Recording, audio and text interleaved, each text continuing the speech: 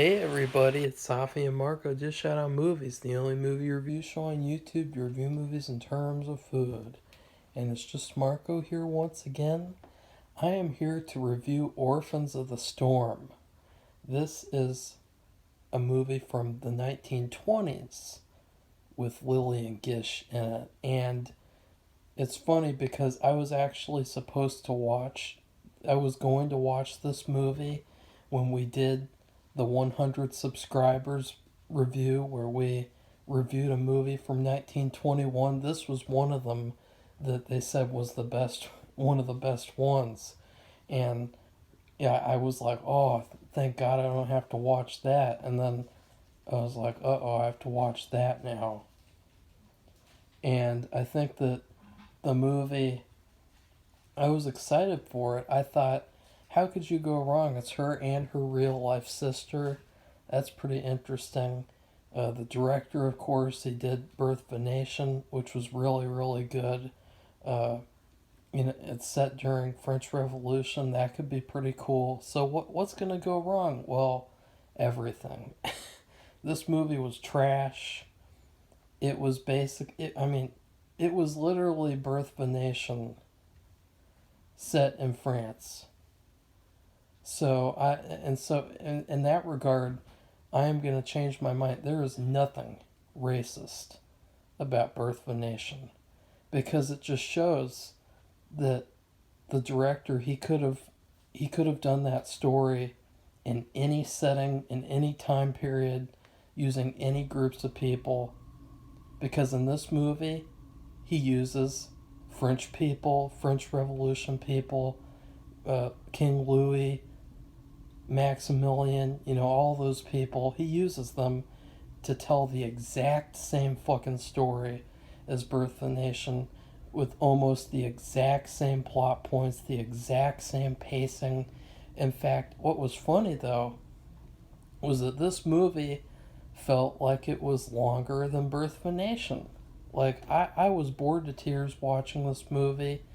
I was about to stab myself because I was so bored. I had to turn on a podcast to listen to while I was watching this trash. And I find that that's actually a good way to watch these silent movies. Um, it's sad though because I wanted to watch another movie of hers called The Wind because it said that that was one of her best films, but you can't watch that anywhere online. So that pissed me off. And this movie, it was 2.5 hours, and oh boy, did you feel it. I didn't know what went on in this movie. It was so, oh God, it was just the cringest, the most boring, dull, like they had so many, they had like thousands of characters, so every time a new character comes on, they did a little caption saying this is who this person is. That didn't even help me because honestly, I just hated this movie. I hated it. I was I was so thankful I got it over with. In terms of her performance, she looked better in terms of, she looks more, in the Birth of a Nation, she looked kind of like a weirdo. But she plays the exact same character all the way up to the point where she's in the exact same position at the end of the movie where she's gonna her life is in danger. She's in a place where she doesn't want to be in, and she's imprisoned, and then people have to come and save her. She's literally in the exact same position, character wise, and I just thought that like she was not that good in this movie. I did not like this movie at all. I hated this movie.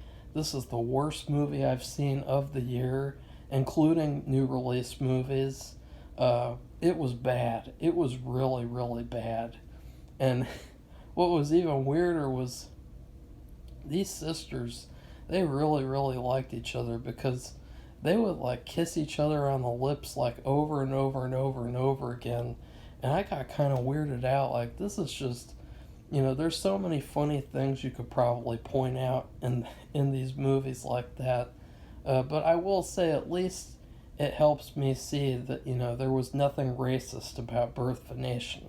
Because this movie, it's literally like he copy and pasted it. And I don't know why that is, because it sounded like an interesting premise, but it's just terrible. I will say that the last 30 minutes was fine. It was okay. I liked how there was a build up and suspense with if she was going to survive or not. And I love the settings in the last act with the, you know, these really great big rooms. Like they have these huge rooms, and then they have the people like in these. It looks like a painting. You know, all the frames in this movie look like paintings, and I think that that's what D.W. Griffith is good at. But overall, I hated the film. What I would rate it in terms of food is, you know, sometimes you open up your cupboard after like 20 million years and you discover like an old tin with cookies in them, and they're all moldy and dry, and they all have dust in them, and there's spiders in there. You know, that's like what this is. This is like an old decrepit cookie tin that you get out of the cupboard, and you have a little cookie and you go, oh, ew, I think I chipped a tooth. Oh, fuck. I need some milk. You know, that's how gross this. I mean, not gross, but like, that's how dull it is. It's just so unremarkable. Like, there's nothing about this movie that says good. Like, seriously, like, what would you like it? Because this is Birth of a Nation. This movie is Birth of a Nation. If you say that you like this movie and then you don't like that movie, you're fucking retarded. Okay? And sorry, but it's true. Like, anyways, please like this video, comment, tell me what you thought of Orphans of the Storm, and then subscribe to our channel if you'd like to see more reviews of Lillian Gish movies. I hope the next one's better, and I hope it's a talkie too, because I'm sick of watching these fucking silent movies. They put me to sleep. Goodbye, everybody. See you soon.